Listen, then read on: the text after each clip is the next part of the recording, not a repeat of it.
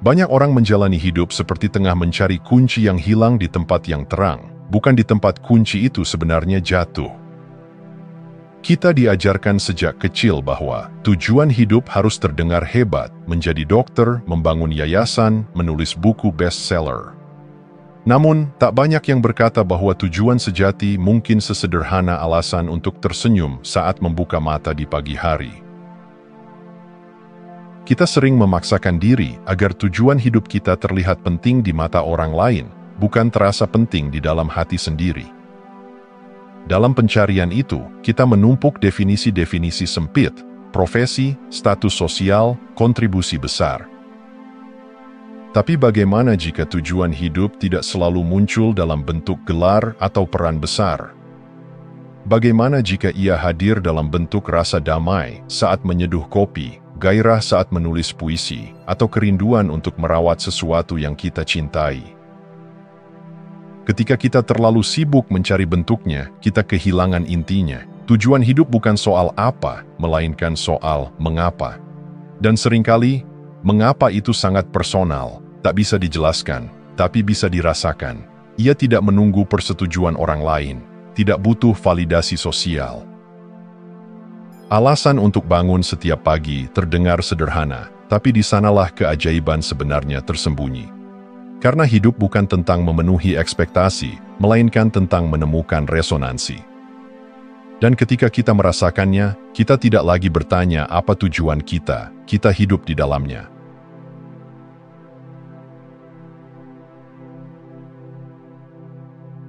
Sejak kecil, kita dibentuk untuk menjadi versi yang bisa diterima. Kita belajar membaca ekspresi orang tua, menyesuaikan nada suara, menyembunyikan kegembiraan yang aneh, atau memadamkan ketertarikan yang tak lazim. Pelan-pelan, kita menjauh dari diri sendiri demi mendapatkan sesuatu yang tampaknya lebih penting, penerimaan. Dalam proses itu, kita sering kehilangan koneksi dengan kompas batin kita. Kita tak lagi tahu apa yang benar-benar membuat kita berbinar, apa yang membuat dada kita hangat, atau apa yang membuat waktu seolah berhenti. Kita menjadi asing terhadap suara hati kita sendiri karena terlalu lama mendengar suara dunia luar. Padahal, tujuan hidup bukan sesuatu yang kita temukan di luar sana. Ia tumbuh dari dalam, dari nilai yang kita junjung, dari hasrat yang tak bisa kita abaikan, dari minat yang muncul meski tak ada yang menyuruh. Tapi semua itu hanya bisa dikenali jika kita berani berhenti sejenak dari hiruk-pikuk penyesuaian dan mulai mendengarkan. Mengenal apa yang penting bagi diri sendiri bukan tugas sekali jadi. Ia adalah perjalanan kembali. Kembali ke momen ketika kita jujur dengan apa yang kita sukai, meski dunia mungkin tak mengerti. Tujuan hidup bukan sesuatu yang kita buat untuk terlihat baik. Ia adalah sesuatu yang terasa begitu benar, bahkan jika tak ada satu orang pun yang mengapresiasinya. Dan dalam dunia yang sibuk memproduksi standar, menemukan kembali keaslian kita adalah revolusi paling sunyi, namun paling bermakna.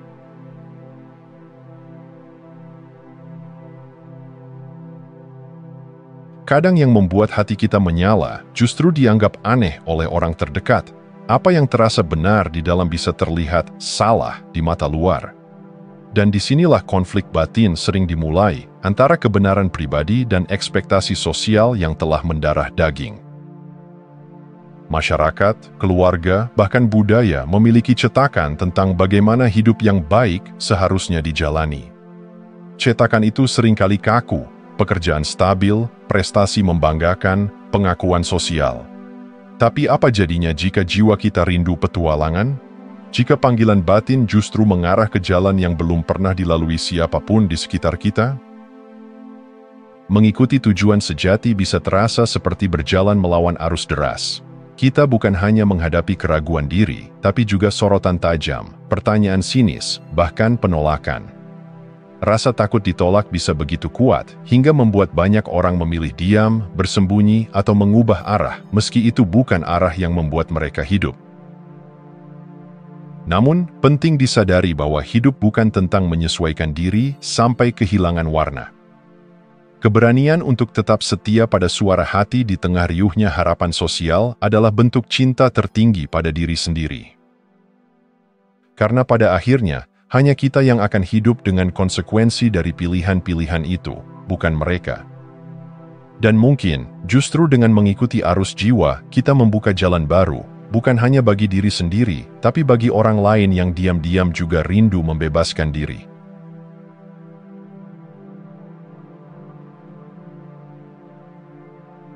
Ada saat-saat dalam hidup ketika kita merasa seperti boneka tali, bergerak menjalani hari, tapi tanpa benar-benar merasa hadir.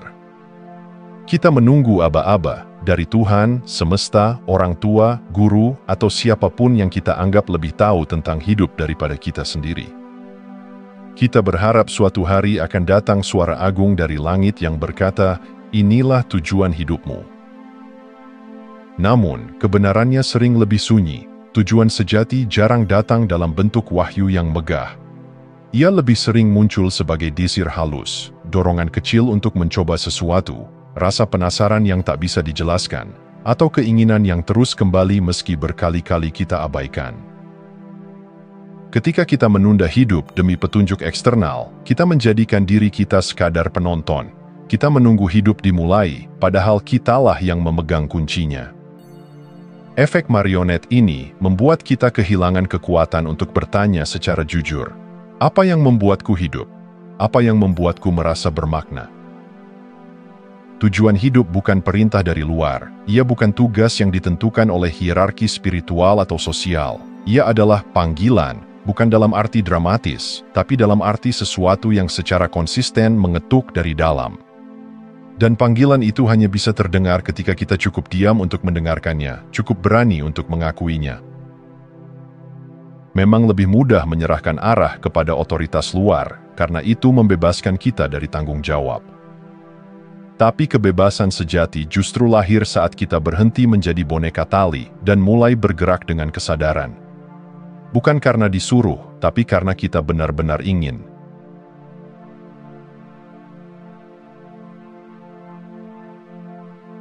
Kita duduk berjam-jam merenung, menggulirkan pertanyaan yang sama. Apa tujuan hidupku? Kita mencatat kemungkinan, menimbang pilihan, mencari tanda-tanda semesta, berharap ada kejelasan.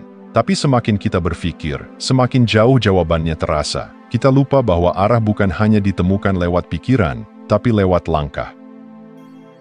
Tujuan hidup bukan teka-teki yang bisa dipecahkan di kepala. Ia lebih seperti rasa, yang hanya muncul ketika kita benar-benar menyelami hidup. Seperti menemukan rasa buah yang baru pertama kali kita cicipi, tak bisa dijelaskan dengan teori, hanya bisa dikenali lewat pengalaman langsung. Banyak dari kita terjebak dalam ilusi bahwa jika kita cukup memikirkannya, maka kita akan tahu. Tapi seringkali, kebalikannya yang terjadi. Kita justru semakin bingung, semakin takut salah langkah, semakin pasif. Kita menunggu keyakinan datang sebelum bertindak, padahal justru dengan bertindaklah keyakinan itu tumbuh. Ketika kita mencoba sesuatu, walau kecil, walau belum yakin, kita memberi ruang bagi intuisi untuk bicara. Kita melihat respons tubuh kita, perasaan kita, energi kita. Dan perlahan, dari eksperimen yang tampak biasa, muncullah jejak-jejak yang menuntun ke arah yang lebih dalam. Tak perlu tahu semuanya sekarang, tak perlu sempurna dari awal. Yang penting adalah bergerak, karena dalam gerak, hidup berbisik. Dan dari bisikan itu, kita belajar membedakan mana yang hanya pikiran dan mana yang benar-benar panggilan.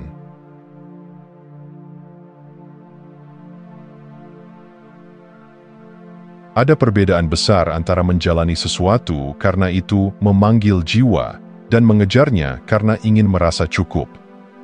Di zaman yang menjunjung validasi eksternal, tujuan hidup sering berubah menjadi panggung diam-diam. Tempat kita membuktikan bahwa kita layak, penting, berhasil. Kita ingin dikenal, diakui, dipuji. Tapi di balik keinginan itu, sering tersembunyi luka. Rasa tidak aman, rasa kurang, rasa harus membuktikan nilai diri.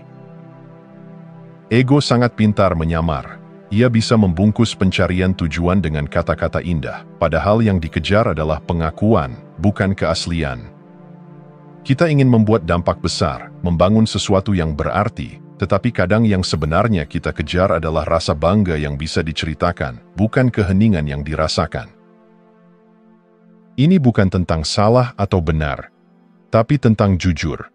Apakah aku melakukan ini karena itu benar-benar mengalir dari hatiku? Atau karena aku ingin terlihat hebat di mata orang lain? Apakah aku bisa tetap merasa cukup meski jalanku tak dipahami? Apakah aku bisa menerima makna yang tenang, tak megah, tapi tulus? Karena sejatinya, tujuan hidup yang otentik tidak selalu terlihat spektakuler. Ia bisa sangat sederhana, seperti merawat, mencipta, menyembuhkan, atau menemani. Tapi dari tempat yang dalam, ia membawa kehangatan yang tak bisa dipalsukan. Pembuktian akan selalu lelah, tapi keterhubungan dengan makna sejati akan memberi kita kedamaian. Dan itulah harta yang tidak bisa dibeli oleh tepuk tangan siapapun.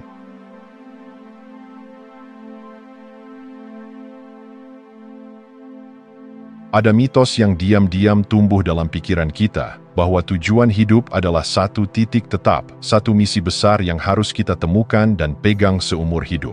Seolah jika kita sudah menemukannya, maka semua akan menjadi jelas dan tenang.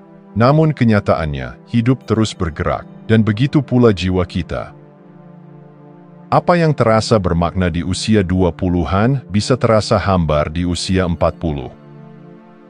Apa yang dulu kita kejar dengan penuh semangat bisa berubah menjadi pakaian yang sudah sempit, tak lagi pas dikenakan. Ini bukan tanda kegagalan, ini adalah tanda bahwa kita hidup, bahwa kita tumbuh.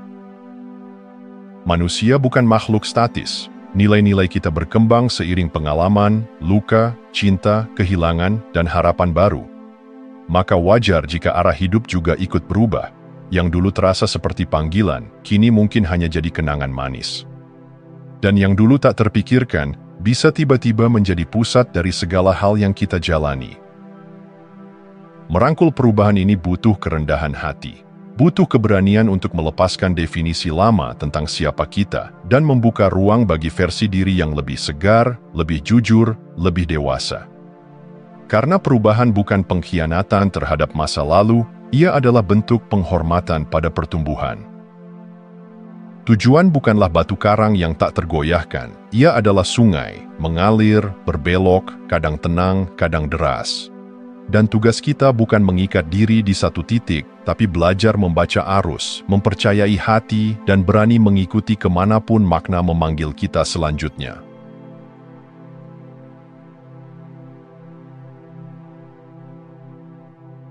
Banyak dari kita menunggu momen ajaib, sebuah ledakan kesadaran yang tiba-tiba membuat segalanya jelas. Kita membayangkan akan datang suatu hari di mana hati kita bergetar, dunia seolah berhenti, dan kita akhirnya tahu, inilah tujuan hidupku. Kita menunggu sinyal itu, kadang seumur hidup, sambil terus menunda langkah karena takut salah arah. Tapi hidup tidak selalu bekerja dengan cara seperti itu. Kadang, makna tidak datang sebagai petir yang menyambar. Ia datang sebagai pelan-pelan, sebagai rasa puas setelah hari yang sederhana, sebagai senyum yang muncul ketika kita terlibat penuh dalam sesuatu yang kecil tapi nyata. Dan dari hal-hal biasa itulah, arah sejati mulai terlihat. Menunggu kejelasan sempurna justru sering membuat kita stagnan. Kita terlalu takut untuk mulai, karena takut tidak sesuai dengan takdir sejati. Kita lupa bahwa tujuan bukan benda suci yang harus ditemukan dalam bentuk utuh. Ia seringkali dibangun, sedikit demi sedikit, melalui keterlibatan, rasa penasaran, dan kehadiran kita dalam kehidupan yang nyata. Keterlibatan yang tulus, meski belum pasti, lebih berharga daripada pencarian yang sempurna tapi tak pernah dimulai. Sebab makna bukan sesuatu yang kita temukan di luar sana. Ia tumbuh dari cara kita hadir, dari bagaimana kita memberi, mencinta, dan belajar dalam prosesnya. Hidup bukan tentang menemukan tujuan yang sempurna, tapi tentang bersedia hidup cukup jujur, cukup berani, dan cukup terbuka, agar makna bisa menemukan kita di sepanjang jalan.